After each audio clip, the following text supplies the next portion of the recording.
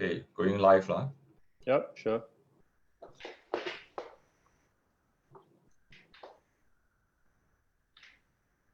Okay.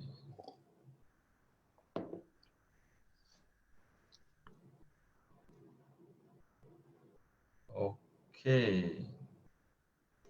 Okay, we are live on Facebook page. Okay, Okay. so let me make sure that it's working. Yep. Hi parents, this is John Yu from Learning Out of the Box, and today I have a special guest, and his name is Jason, and he is the associate lecturer from Republic Polytechnic as well as an online tuition specialist. Yeah, and the reason why we bring him on board is because, as we know, this year many P6s learning got disrupted, and I think that to further add value and help our parents, we also would like Jason to share with us his experience of working and also tutoring secondary school students as well as guiding them in math. Welcome, Jason. Hi, John. Yeah, would you want to? Yeah, thanks for having me here. Yeah, thanks for being here. Yeah, especially today, it's a Monday morning, 10 o'clock. Yeah, when most of us are asleep. Oh, Yeah. okay. Okay, so can you tell us about yourself, and from there you just share with us some experience that you have when working with secondary school kids, especially those sec one, so that our primary six parents can have a better idea what they would expect next year. Okay. So basically, I started teaching about 14 years ago. Yeah, I started teaching in from Republic Polytechnic. So there's a little story behind it. Before that, I didn't think that teaching will ever be my career. Then by chance, I stumbled into teaching, and that's already so. In a short while, it's already 14 years. Wow. And ever since about 8 years ago, I started to give the tuition. So before that, I also run a tuition center before. So I did one-to-one, I did small group tuition. So yeah, pretty much I think cover these areas lah. And my audience, the kind of student I coach already exceeded 2,000 the last count.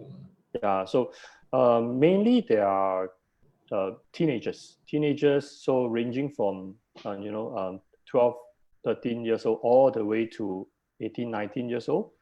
So Nice. my oldest student is about 40. 40 years old now. Yeah. So the one is in Polytechnic. So he got a scholarship from Army, and then he came to continue his studies. So I have somebody older than me in my class.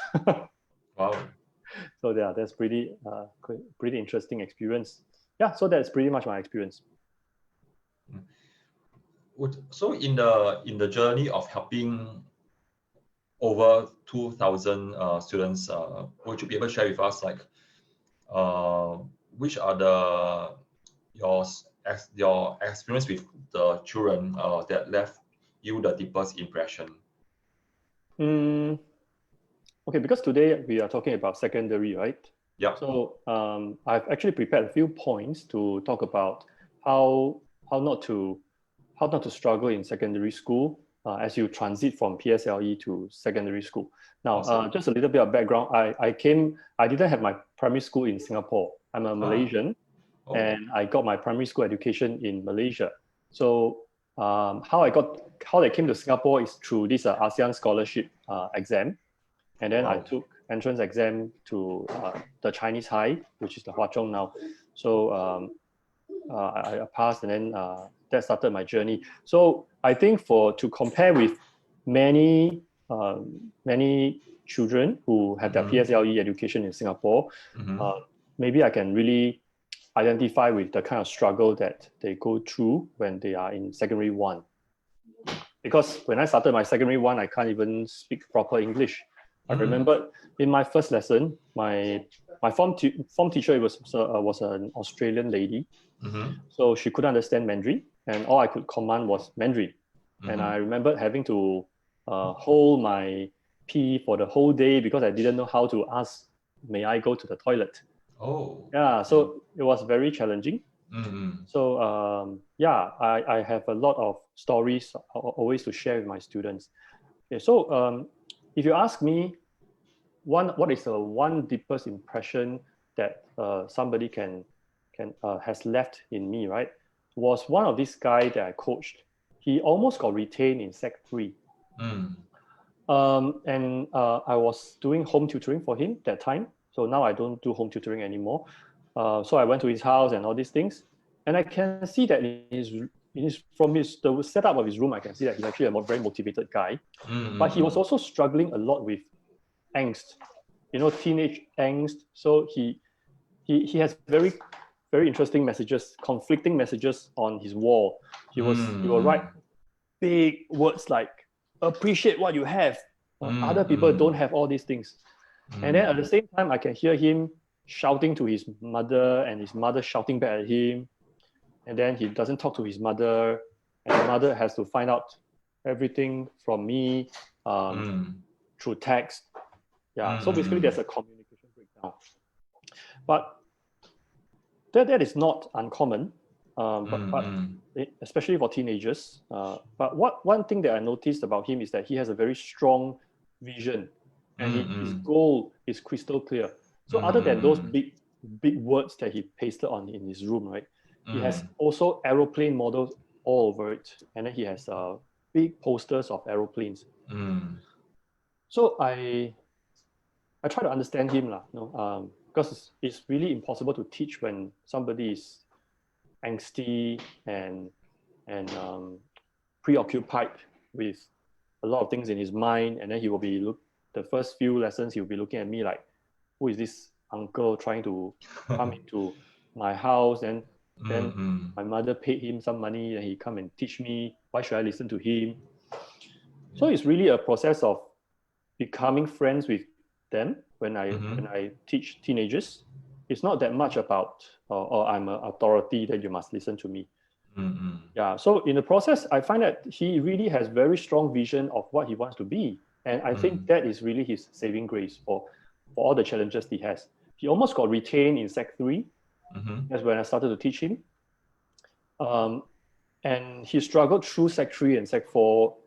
But towards the end of Sec 4, I noticed something changed.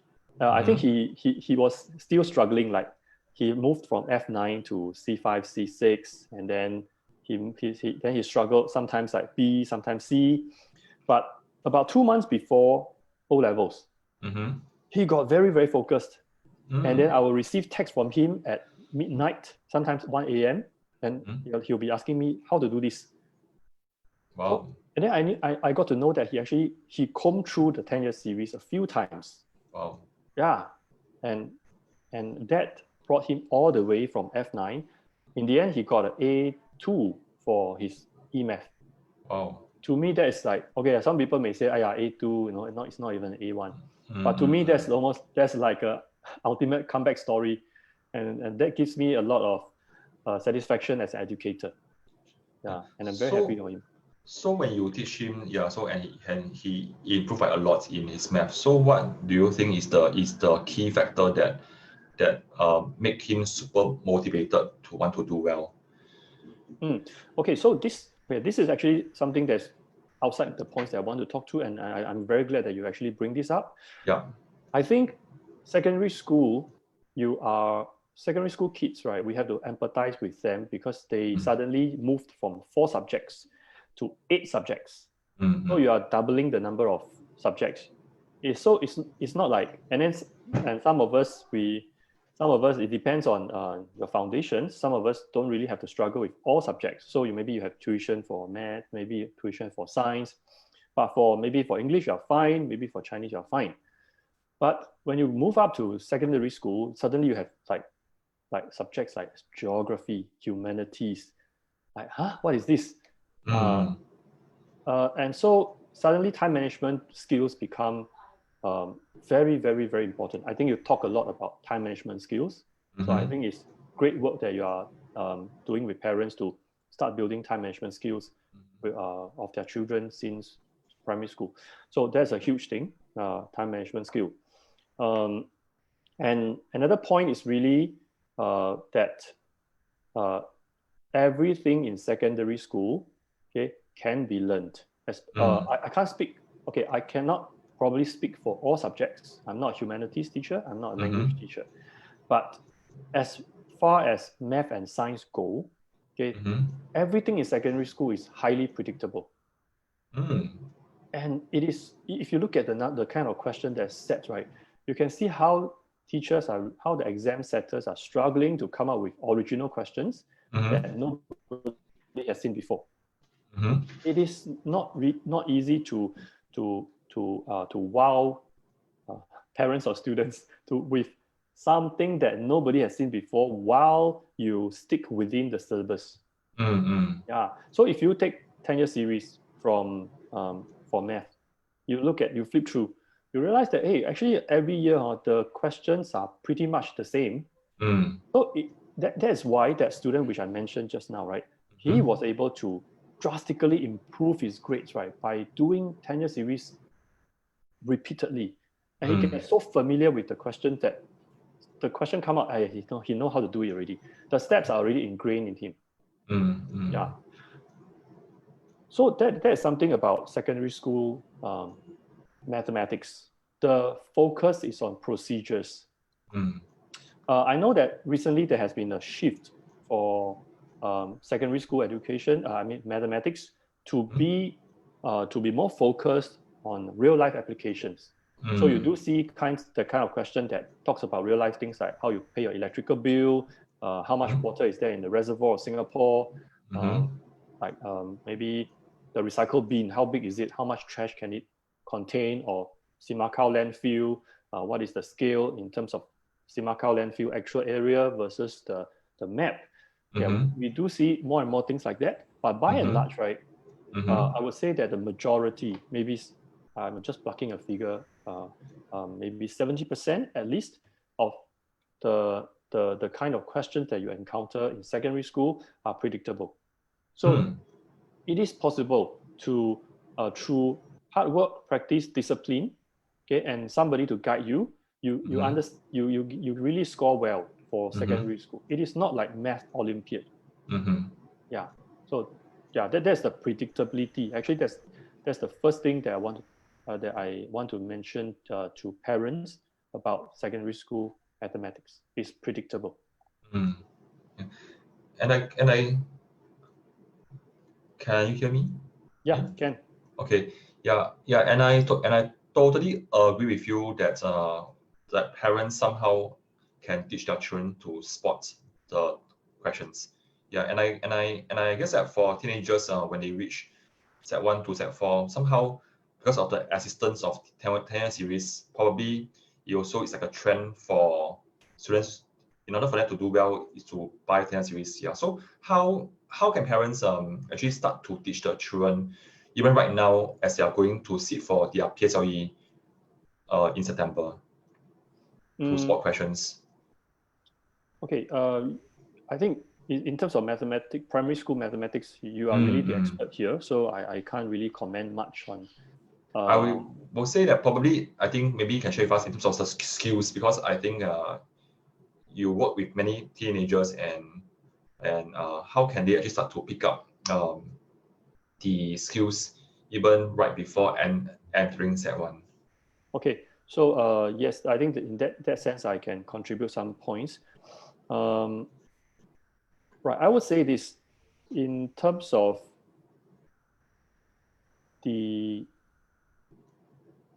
how to coach the kids, right?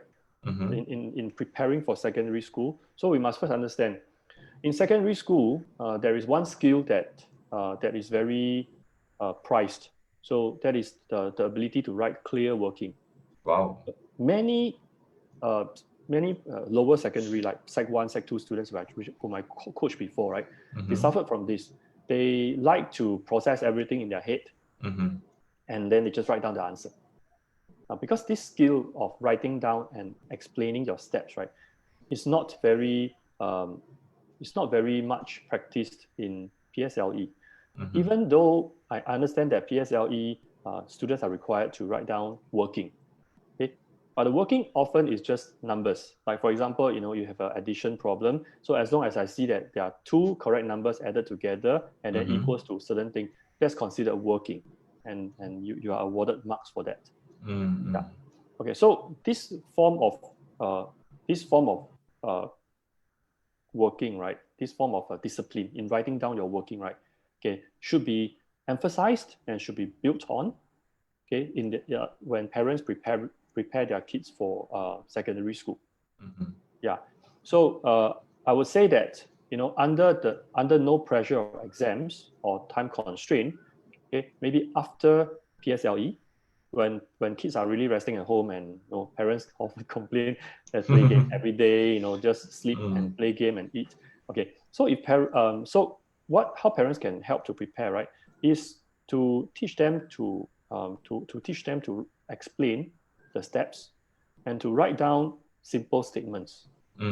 Yeah, so just very simply add simple sentences to their working. Don't just write numbers. Add simple sentences to their working.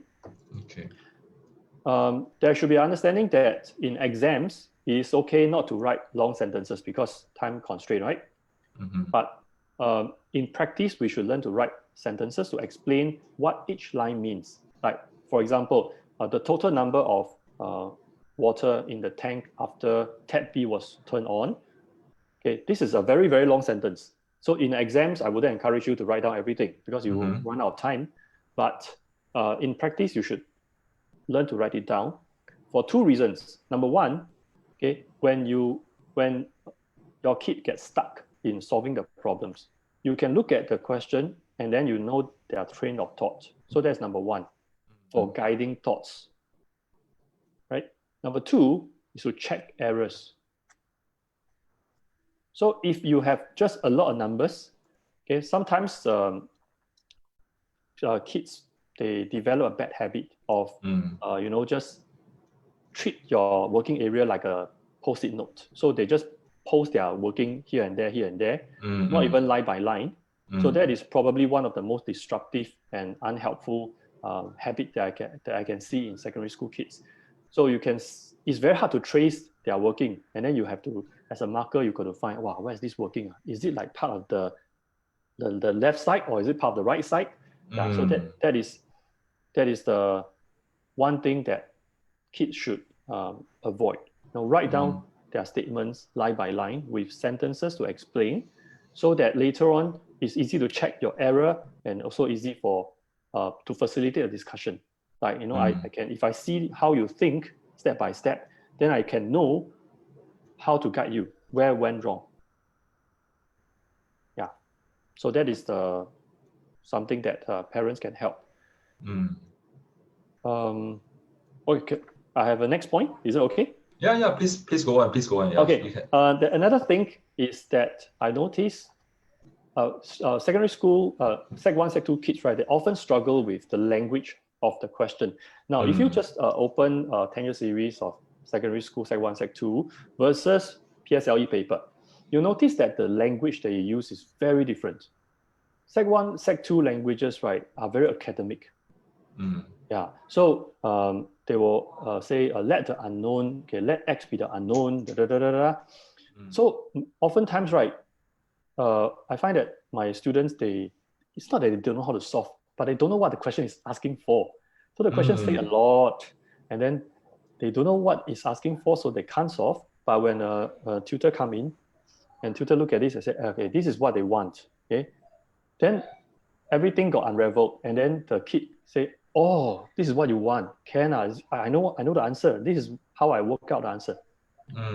Yeah. So I think for parents, right, in the beginning, maybe you can, especially the year-end holiday, maybe how we can help your kids is maybe find a Sec 1, Sec 1 topical textbook or PSL, Sec 1 10-year series, right? Start to go through some of the languages. It's really the language. So if your kid really understands the language, they can make sense of it, things become a lot easier for them in Sec 1 when they enter Sec 1. Yeah. So that is another point. Then probably the last point that I have here is really that we got to understand one of the shortfall I find in many of my students, right, is that they do not understand the meaning of an equation. So they will mix up equation with working. Mm-hmm. So, okay, so give you an analogy, an equation, okay, I'm sure you know, an equation is basically like a weighing scale. So the pivot is really the equal sign. So for equations, we always want the left and the right side be exactly equal. Yeah, so that's why we say that whatever you do to the left, you must do to the right. You add something to the left, you must add something to the right. And you take away something from the left, you take something away from the right. Yeah, but in PSLE, as far as I understand, right, this kind of discipline is not very much talked about. So we don't really talk about the two sides of the equation must be equal, and how do you balance it? Yeah, so sometimes we can see students, right, they write equation, and then suddenly they add something to the left or add something to the right, and then it doesn't equate anymore, but they have no idea what's happening. So I would think that to probably emphasize on this is one of the key problem in Sec 1, Sec 2 students. Yeah. Yep, so that is my last point about how parents can help to guide their kids to enter Sec 1 without so much struggle. Yeah, probably. I think since we're talking about equations now, I also want to just share with the parents that how your child has been taught in primary school is probably the equations for simultaneous concept, which is like, for example, two unknowns, or in primary school terms, this is probably the cause of two objects, and then they give you another sentence which tells you the cause of the same two objects and ask you to find. Yeah, so probably I think when we talk about equations, for example, 3 tables plus 2 chairs equals to $10. Is this also considered as an equation in Sec 1 context? Or is a totally different thing because you need to solve an unknown? Sorry, John, can you ask that question again? Okay. I think that I want to start off with a primary school parent's understanding of equation, which is, for example, when they see a question like 3 tables plus 2 chairs cost $10, for example. Yeah. Yeah. So they will ask the child, Boya, write down the equation, which is 3t plus 2c equals to $10. Yeah. So is this kind of equation similar to the meaning of equation in Sec 1, or it holds a different meaning altogether? Yeah, according to what you say, is exactly the kind of simultaneous equation that you learn in Sec 1 and Sec 2. I think the difference is just that in secondary school, right, we are looking for declaration first. So you must be very clear about 3t plus 2c. You cannot expect the teacher to say that, oh, t definitely means table, c, oh, I know, you mean chair. Cannot. So you have to declare. So how to declare? You must first write, let t be the price of one table, and c be the price of one chair. Must have these two lines. Otherwise your working is not complete. Yeah. So definitely it is a simultaneous equation, and definitely one of the things that is okay. That is actually a build on. So since you mentioned about this correlation between what you learn in primary school and secondary school, so we also will talk about the unit that we learn is actually the algebra. So a lot of kids, they see suddenly, wow, they really hate algebra. They see a lot of X, Y, Z, and say, wow, why can't we work with numbers? Why do we have to work with X, Y, Z? So that is, so that is one. So the unit method that you learn is actually the algebra. So one unit just means 1x. Yeah, so if you have unit and part, so one unit is 1x, then one part will be 1y. Yeah. John, I'm glad that you mentioned this thing, because I actually want to also highlight one more thing, that is this unit, this algebra thing. Okay, let me see. Sorry, this thing just flashed through my mind. I wanted to say something. Oh yeah, real numbers. So in primary school, I realized that we try to avoid negative quantities. Mm-hmm. So even in our working, when we see negative numbers, right, usually we will trace back. Because I also sometimes I also teach like uh, primary school. I help my friends to solve some problems. Mm-hmm. So whenever they talk about when we see the working right got negative numbers, then we usually say maybe it's the wrong way. So maybe we Mm-hmm. should find another way to rework so that we don't have negative numbers, so that don't confuse the kid, right? Mm-hmm. But negative numbers is a reality of life in secondary school. You see Mm. negative numbers all the time. So I Mm. think we need to start teaching children about negative numbers, especially when they enter uh, Sec 1. So Mm. negative numbers, for me, how I teach is that hard to imagine negative numbers. So I would just say that, okay, you know what? It's like you are going doing steps. So Mm. if you go up 5 steps, then you are +5. Then if you go down 5 steps, then you are -5. So if you want to, sometimes you take some steps up, then you take some steps down. Then Mm. you that it just means you have a plus and a minus in the same equation, and then you try to figure out what it is. Yeah. So that is probably one of the way that parents can prepare their kids. So negative numbers, that's definitely one of the point of confusion.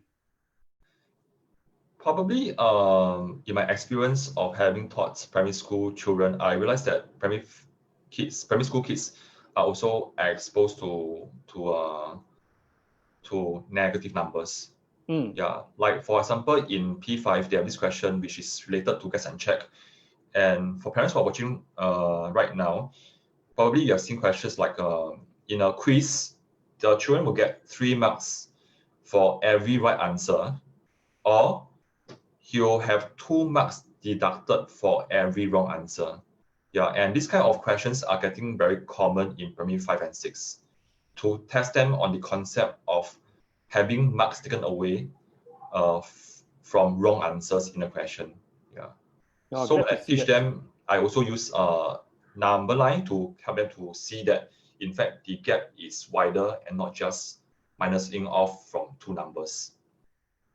Yeah, glad to see that there is an emphasis now for negative numbers. Yeah.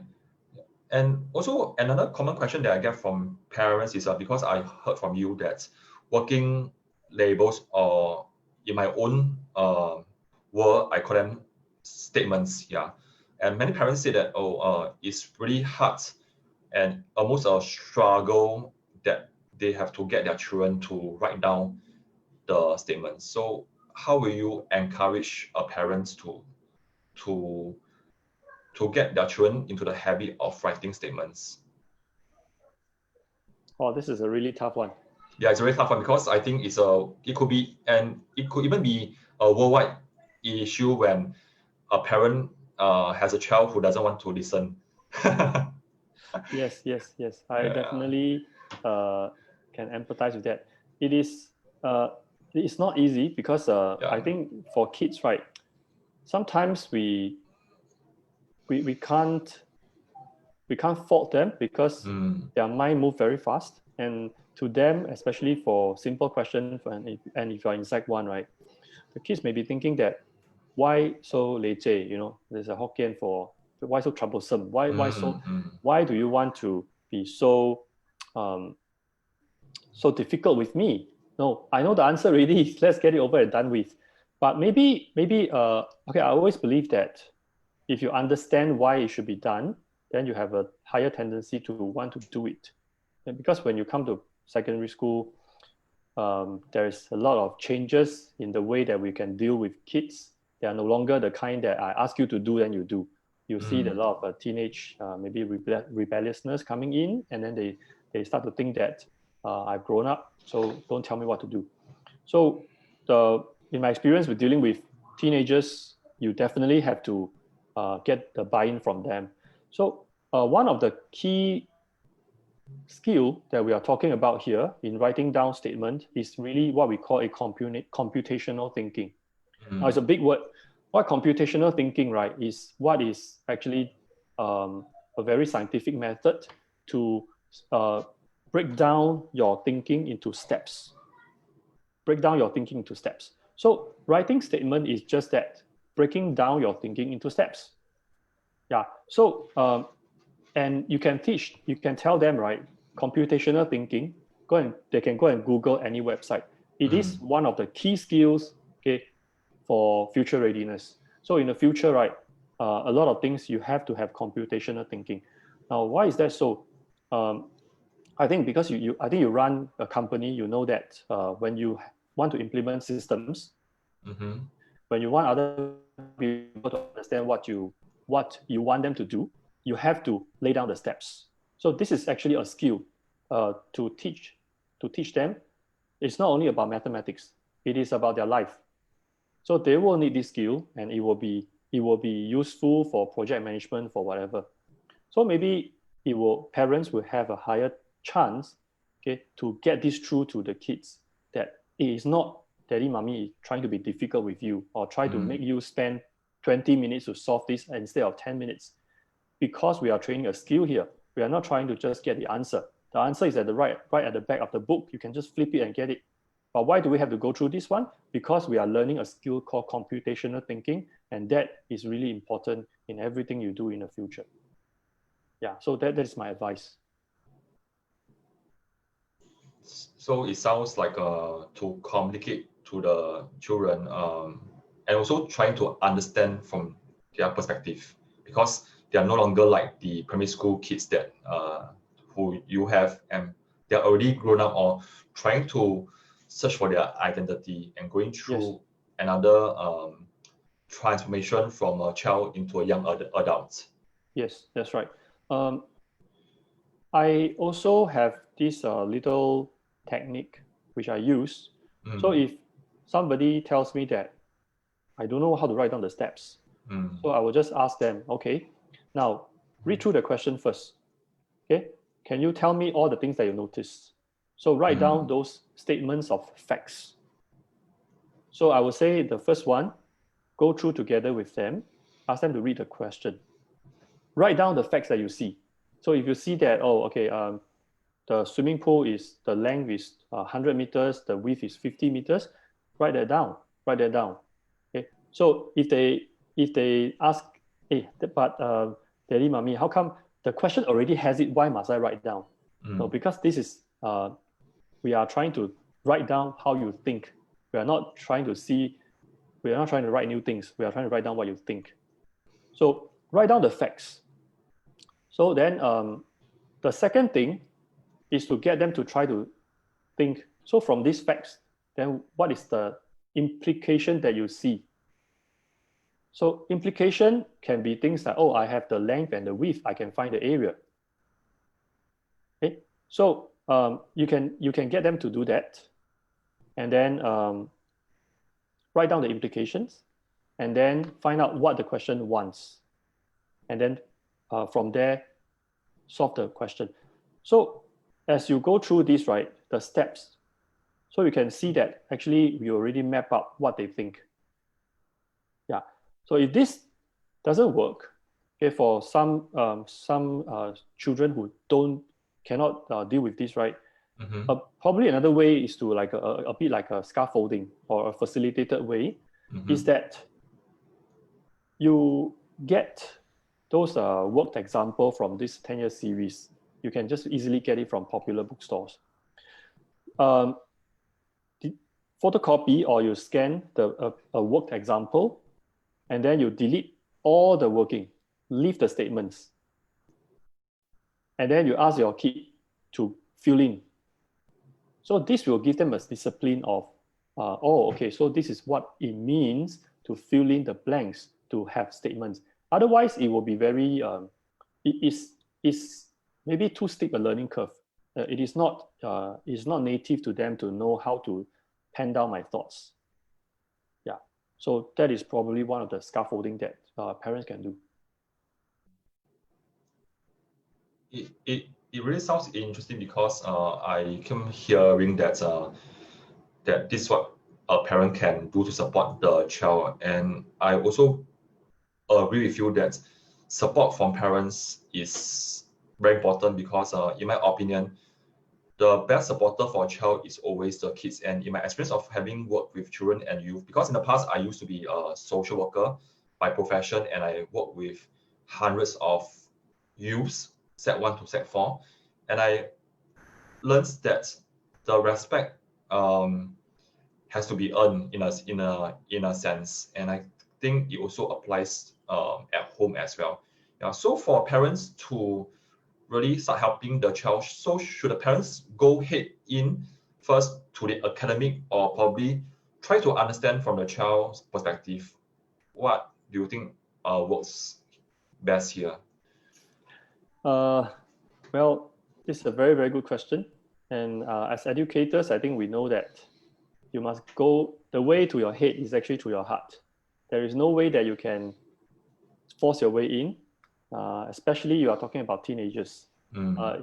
For adults who are very focused on getting the knowledge and get on with their life, maybe we can just straight away, cut the nonsense and just get to the facts. But for teenagers, first of all, I think they really want empathy and they look for understanding, and we can really empathize with them because from, like I mentioned, 4 to 8 subjects is a lot of shift. And imagine suddenly now I ask you to work 2 jobs or 3 jobs, then you will be realizing that, wow, the moment you focus on the first one, the second one, you suffers, and then it's really like juggling balls. So I think especially for this period, I think parents should build the understanding and relationship and empathy before getting into the academics. Now, the good news is that for at least for mathematics that I know, for Sec 1 and Sec 2, right, the learning curve is not extremely steep. Thankfully so. Yeah, so parents can, for Sec 1 at least, Sec 2, maybe you are under the pressure of then Sec 3 you have to choose whether A math or no A math and things like that. Yeah, for Sec 1, the transition is still quite okay.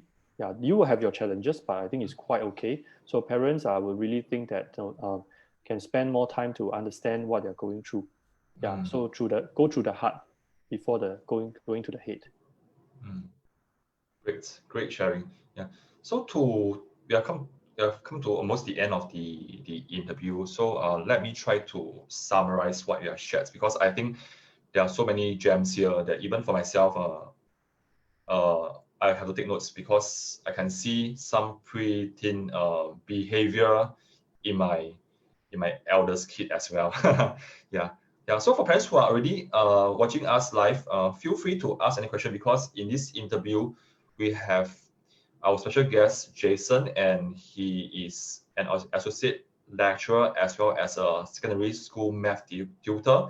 So the reason why I invited him up is because I think this year many of our primary sixes learning has been disrupted, and I think that our primary six parents need more support, as well as to be prepared how you can further support your kids before they enter Sec 1. Yeah.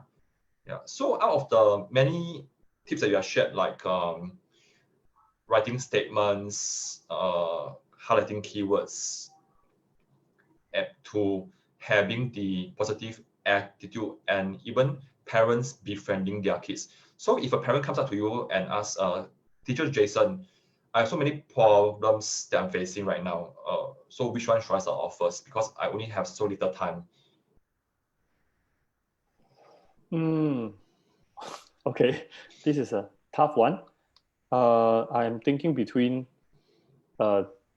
really understanding their world versus guiding them through the language. Yeah, so okay, I would think that really understand their world first. Yeah, build the empathy, build the rapport. It's strange that parents have to build rapport with kids, but it's true. What we are dealing with is a growing human being. and they are going through a lot of hormonal changes and environmental changes. So that is really my most important thing that I want to highlight, and the rest will really follow suit. Yeah, the rest will follow. Thanks, Jason, for sharing. Okay, at the same time, we have a question from Mami Nicole.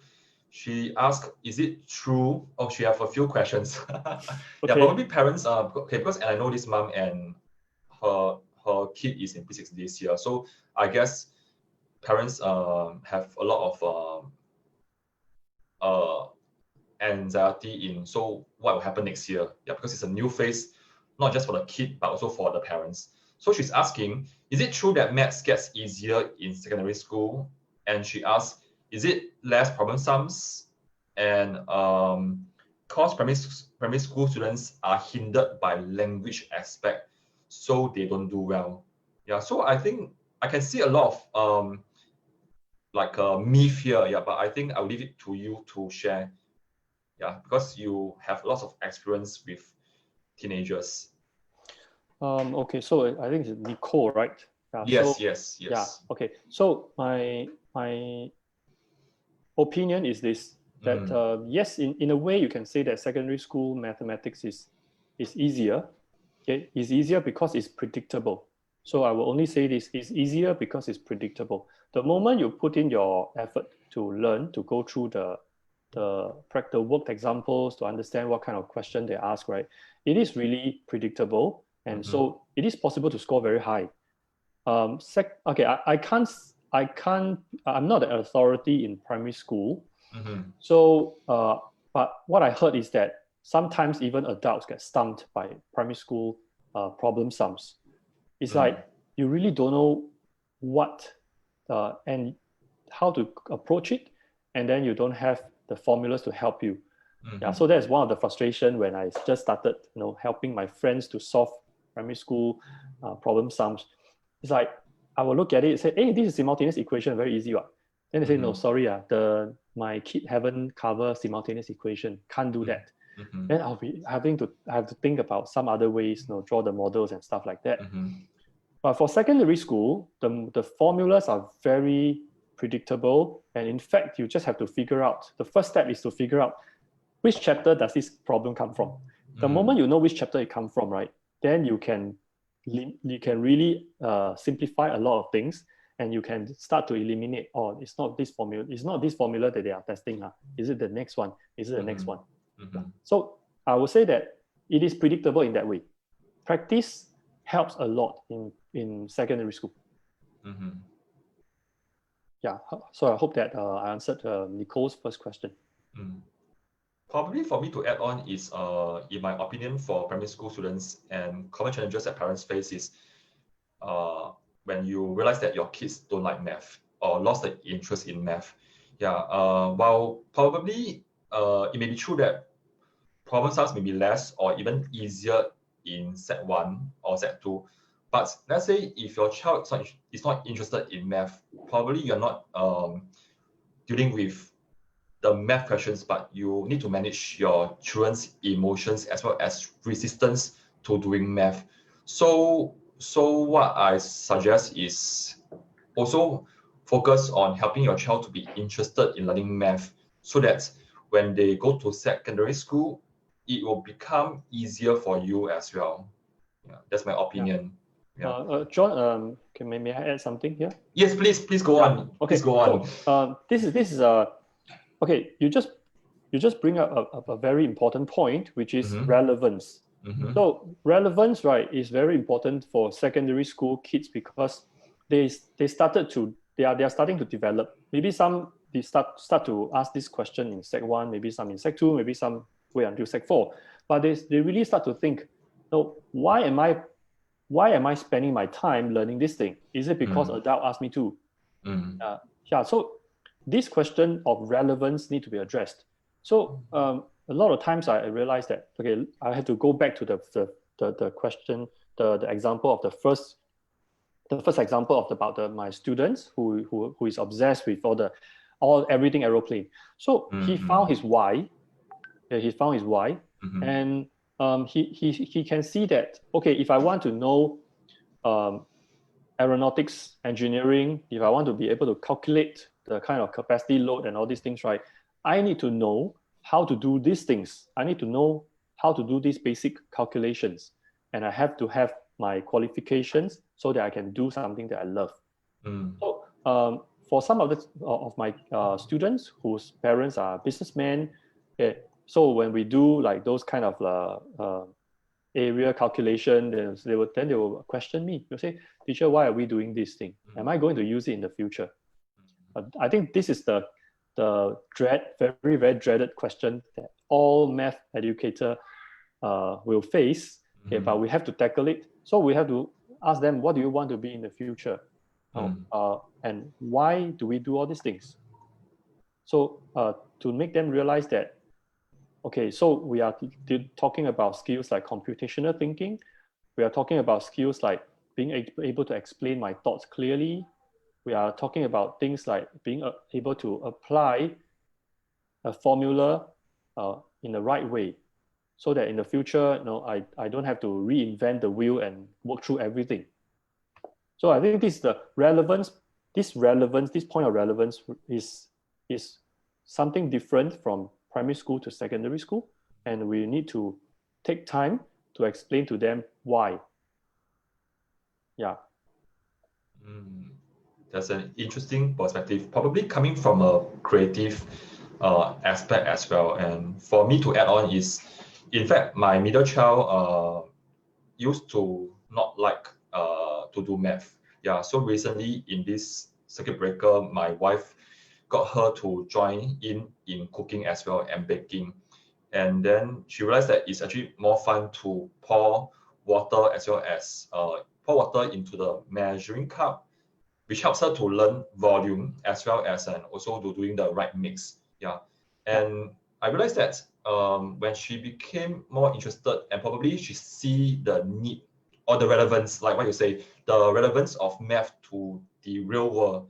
Yeah. Then when my wife got her to do maths, we face less resistance. Yeah. So probably what I'm trying to share here is, parents who are watching this, when your child go to Set 1, trust me, your child will be on a journey to search for his or her own identity, and probably sometimes you may not be able to recognize your child for a short period of time. Yeah, but I think what helped me to understand this is because I have worked with thousands of parents across these 20 years, and I realized that the rapport as well as the relationship between the parent and the child will be the essential factor that helps the parents to support the children. Yeah, not sure if it makes sense. Yeah. So what I'm trying to say here is, parents, while we're talking about math here, in my context, also find activities to do with your kids. Yeah, and then build the rapport with your kids so that you can support your child in a longer journey. Yeah. So Jason, any other points to add before we do a wrap up? No, I'm good. I'm good. Thanks for having me here. Appreciate the opportunity. Yeah. I really love what you're sharing, because I think for parents, we really need that kind of knowledge as well as sharing from other parents like yourself. Okay, this is a question that I normally will ask my guests. Is like right now, because we are all adults and we have more tools and knowledge to help these kids. Yeah, but let's say if we go back to the time when we are 12 years old, going to sit for PSLE, probably feeling nervous and unsure what's going on. Yeah. So what will you tell yourself, the 12-year-old you, to encourage yourself?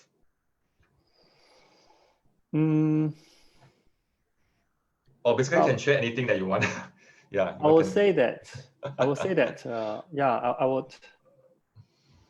I would tell my In fact, I wrote a very long article about this thing. If anyone wants Wow. to, it's a Sure. letter. It's a letter to PSLE kids, because I know that there's a tremendous pressure for Yes. parents and for kids alike in Singapore to really do well in PSLE. So I have this letter that I wrote, that in which I talk about that don't be defined by your results. Don't be defined by your grades. Okay, because we got to, we need to see human beings as who the talent as who we are. Because okay, I always say this: human beings, kids are like seeds. So we as parents or teachers, right? Actually, our role is pretty similar in that sense. We are like, something dropped down from the sky and then we just have it in our hands. The seeds of different shapes and sizes. And do we know when this seed will blossom? We wouldn't know. And we wouldn't know what kind of tree or flowers that these seeds will grow into. So then what do we do? Then there's no instruction manuals. There are just probably some best practices that, hey, all seeds need water and all children needs love.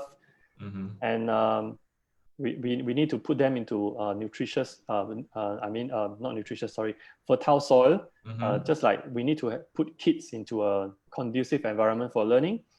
So these are all we can do, and we don't know when they will blossom. So I would tell my 12 years old kid, I would tell my 12 years old self that, hey, relax, do your best, okay? Everybody blossom at different time. And even if you do really well in this exam, don't be a yaya papaya. Because that's how I was, I was a pretty smart kid. That's how I managed to get through all the exams and come to Singapore. Sure. I would tell myself, don't be a yaya papaya. The success of a person, okay, doesn't depend on scoring in one exam alone. And no matter what our society tells us, right? Your success, what defines you, whether successful as a human being, doesn't depend on one exam. And it depends on how you show kindness and how you show determination and how you show that you're generous, okay, in your future. And daddy and mommy is always here with you. They will walk this journey together. I think that is really something that I will tell my 12 years old self. And I hope that will apply to many parents here. Because I think when I was 12 years old, I was really quite, sometimes, right, I was asking this question that, am I getting all this attention and from my parents and all this attention from my teachers because I score well for every exam? What if I do badly? Will they stop loving me? So I think to really give this, I suspect, is a secret question that every child may have in their mind. And I think we as adults, we need to reassure them that what I want to see is that you really do your best. And no matter what the outcome is, daddy, mommy, teacher, we are still here for you. We still love you. Yeah. And you'll be amazed when somebody is assured in their heart that they are valued as a human being, what kind of amazing things can happen. Yeah, that's why I will tell my 12 years old self. And since now we are back down the memory lane, talking about us at 12 years old, was there a time that you wonder that you hope that your parents can support you more? And if yes, what kind of support would you like your parents to give you at that point in time? Yeah, and the reason why I ask this is because, in fact, I'm looking at a question from one of our fellow dads, and he's asking, my son doesn't have any tuition in Set 1, but how do we know when he needs the support? And I guess because right now, both of us are fathers now, and 12 years old us are boys. Yeah, so probably you can share a bit on how you would like your parents to support you better, if any.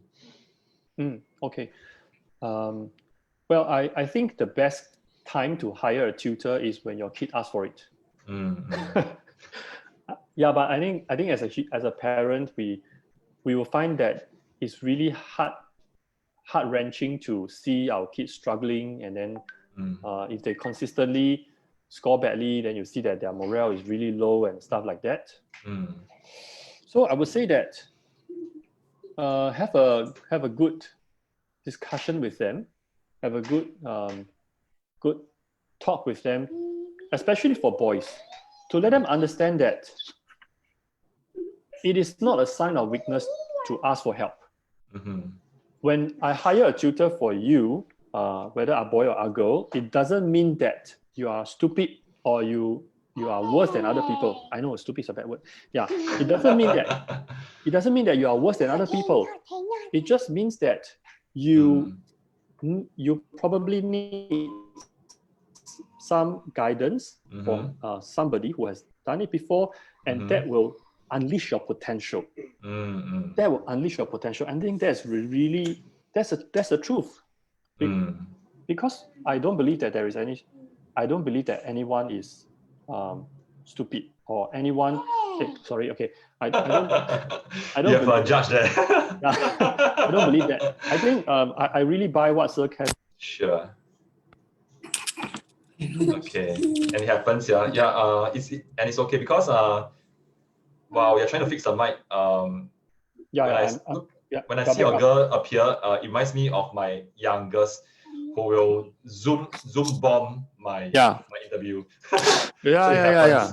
My girls, they keep gate crashing, and even my polytechnic classes, all my students, they know them already. Yeah. I can interview her next time. Yeah, I can interview her next time. Okay, so sure. So I think just I think reassure them that even the best people, maybe they can bring up examples like even the top NBA player, they also have coaches. So who are we to say that I'm so good that I don't need a coach? I don't need help when I'm not performing as much as well as I need to. Yes. That's really beautiful. In a sense, I think also for the fact that I can see your child zoom bombing this and feeling very comfortable shows that you have a very close relationship with her. Yeah. So for Melvin, just want to add on before we wrap up. Yeah, because I know that this is a very important question to you, also because you may be facing it right now. I think what Jason has shared is a lot of communication time with your kid. Yeah, and I think for secondary school children, it will feel weird to them if you go up and say that, hey, and you say, boy, you tell me about your problem. Most teenagers will find that, is it something wrong with you today? Because it feels weird, right? Yeah. So I guess as a dad, as a fellow dad, what I can share is really spending time and making it consistent to communicate with your kid. Not necessarily asking him about what is happening in school, but also finding out what did he like, what he loves to eat, or also telling him about your day, so that you get into the routine of communicating with your kid every single day, so that during this communication, when your child shares something with you, you can instantly sense that something is not right. Yeah. So what I'm trying to share here is your child may not share with you the what is not right, but your child may give you the vibes that something is not right. Yeah. And for the fact that you communicate with them consistently, such as it's a family routine, they will be more open to share with you. Yeah, eventually. They may not share with you yet, but you have to wait for the time and be patient, that because you talk to them often, they will tell you eventually. Yeah, and you need to be patient with them. And like what Coach Jason is sharing, the reassurance come in. One day they'll tell you, and be patient with them. Yeah. Anything else you want to add on to what this dad is facing? Then we will just wrap up. Jason? Well, I think you sum it up beautifully. Nothing much I will want to add on. But I just want to take this chance to say that whatever you're doing with the parents, right, is something very wonderful and something very beautiful. I really think that parents are all first aiders in our kids' education. My younger daughter was admitted to hospital last year March. So it was some minor things. So she's okay now. So I was there with her for the first 2 days. So what I saw there, right, very, very interesting. You know, we pay a lot for the doctors, for good doctors to attend to our kids. But if you are in the ward, you will notice that, right, it is really the nurses who walks in every now and then to help your kids. And it is really the nurses, right, who you will turn to when your kid suddenly have a fever or started coughing, or does every small thing. So I'm especially thankful to the nurses, and because they provide the first aid. Whenever my kid have problem, right, they are the first one to respond. The doctor just come in the morning to give expert advices. So if we are only relying on tutors to do the job, it will be like just waiting for the teachers to attend to the patient. Then the rest of the 23 hours, nobody care. So that's one thing I realized from the stay in hospital. Well, this is the best analogy I have ever heard.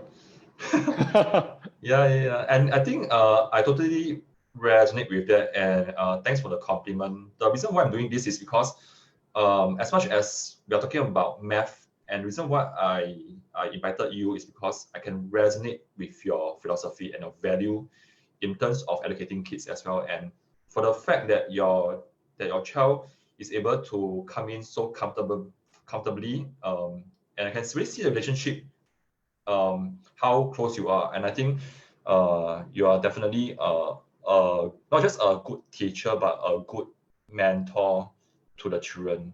And for parents, I think when you recognize a good teacher, you also need to look at whether the teacher has a good relationship with their children, because we need to get in educators who walk the talk and not just share with you theories that only exist in books. You need to see whether they walk the talk, and you can see that from the relationship that they have with their children and people around them. Totally agree. Yeah. Okay. Thanks, Jason. Thanks so much for being here. And please tell your is that your youngest girl? No, that's my. I wish that's my oldest. My youngest is just 3 years old. Okay, so maybe we can invite the 3-year-old come for interview next time. Okay. Okay, but we can start off with your eldest girl. Okay. We'll see how. Yeah. Okay. Thanks so much, Jason. Thank you, John. Thanks. Thank you, John. Take care. Bye bye. Take care. Bye bye. Bye bye.